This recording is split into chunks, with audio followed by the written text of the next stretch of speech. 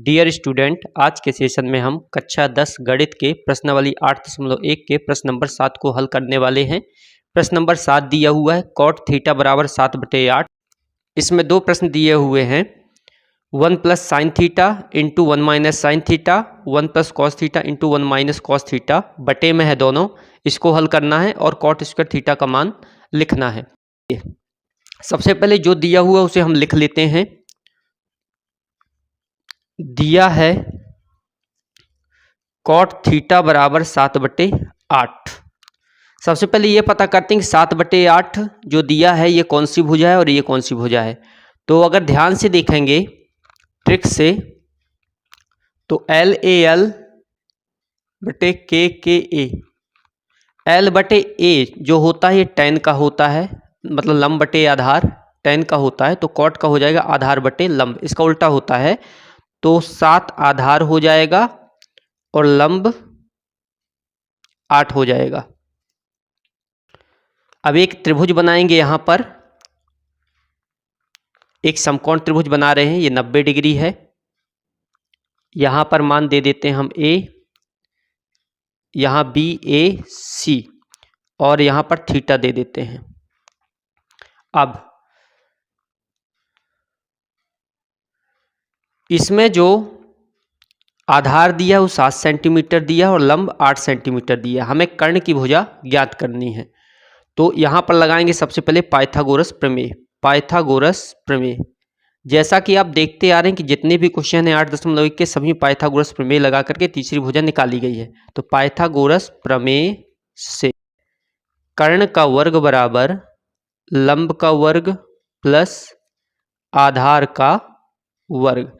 अब हमें कर्ण ज्ञात करना है, जबकि हमारे पास लंब और आधार दिए हुए हैं। तो लंब हमारे पास है 8 और आधार दिया है 7, तो 8 का वर्ग और आधार है 7 का वर्ग। कर्ण का वर्ग बराबर हो जाएगा 8 का वर्ग 64, 7 का वर्ग 49, जोड़ेंगे तो 9 4 13, 6 4 10 11, 113।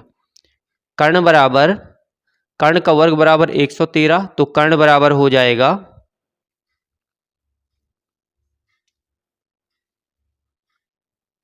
रूट 113।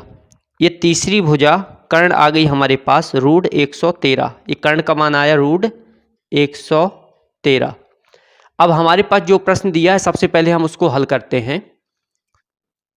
पहला प्रश्न हमारे पास दिया है 1 plus sine theta 1 minus sine theta, 1 plus cos theta 1 minus cos theta और cot स्क्वायर थीटा का मान।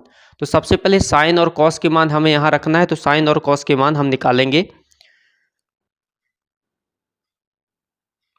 तो साइन का मान जो रहेगा साइन थीटा, चूंकि साइन थीटा हमें चाहिए है और कॉस थीटा चाहिए है, तो इसको निकालते हैं। साइन थीटा को होता है लंब बटे कर्ण, जबकि कॉस थीटा जो होता है वो आधार बटे कर्ण होता है, तो उसमें लिखेंगे आधार बटे कर्ण। अब इसका मान रख देते हैं। लंब बटे कर्ण साइन थीटा का, तो लंब है 8 और कर्ण है रूट 113, इसको हमने यहाँ पे रख दिया। और कॉस थीटा का होता है आधार बटे कर्ण, तो आधार बटे कर्ण में आधार है 7 और कर्ण है रूट 113। ये साइन थीटा का मान आया और एक कॉस थीटा का मान आया। अब हमारे पास जो प्रश्न है सब हम उस प्रश्न को हम हल करेंगे। पहला प्रश्न दिया है 1 plus sine theta into 1 minus sine theta, 1 plus cos theta into 1 minus cos theta. इनको ध्यान से देखा जाए तो यहाँ पर a plus B a minus B और यहाँ भी a plus B a minus B. यहाँ पर जो फार्मूला लग रहा है वो लग रहा है a plus B a minus B, जो होता है a square minus B square का। एक बार इसे जोड़ा जाता है, एक बार घटाया जाता है, तो हम इसको डायरेक्ट लिख सकते हैं a का वर्ग माइनस b का वर्ग, और नीचे भी a का वर्ग माइनस बी का वर्ग। दोनों में एक ही फार्मूला लग रहा है। अब चाहे तो यहाँ पर 1 माइनस साइन स्क्वायर थीटा ऊपर है, नीचे 1 माइनस कॉस स्क्वायर थीटा है, तो इसको लिखते हैं यहाँ 1 माइनस साइन स्क्वायर थीटा, एक का वर्ग एक ही होता है, और 1 माइनस कॉस स्क्वायर थीटा। और इस मान को हम इसमें रख देंगे जो मान हमारे पास है साइन और कॉस की जगह पर। तो सबसे पहले 1 माइनस साइन स्क्वायर थीटा में हम रखते हैं, तो 1 माइनस साइन थीटा का मान है 8/√113 का वर्ग, इसको हमने यहाँ पे लिखा। और 1 माइनस कॉस थीटा जो है तो इसका है 7/√113 का वर्ग।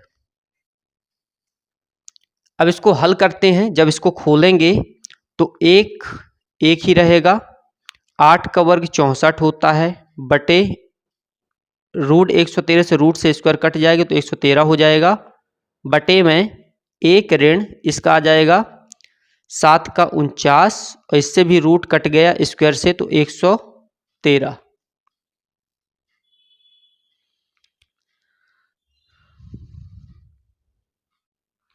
अब इसका एलसीएम लेकर के हल करेंगे। एलसीएम लेंगे तो यहाँ आएगा 113 एलसीएम, 113 का गुणा हमने इसमें कर दिया और 1 का इसमें कर दिया, तो 113 माइनस 64 इसमें आया, बटे में 113 का गुणा यहाँ कर दिया, 113 माइनस 49 बटे 113। हल करेंगे तो 113 से अगर 64 घटेगा तो आएगा 49 बटे 113 ऊपर आया, और नीचे आ रहा है 64 बटे 113। 113 से 49 घटे 64 बटे 113। अब इसको हम भिन्न को हल कर देंगे।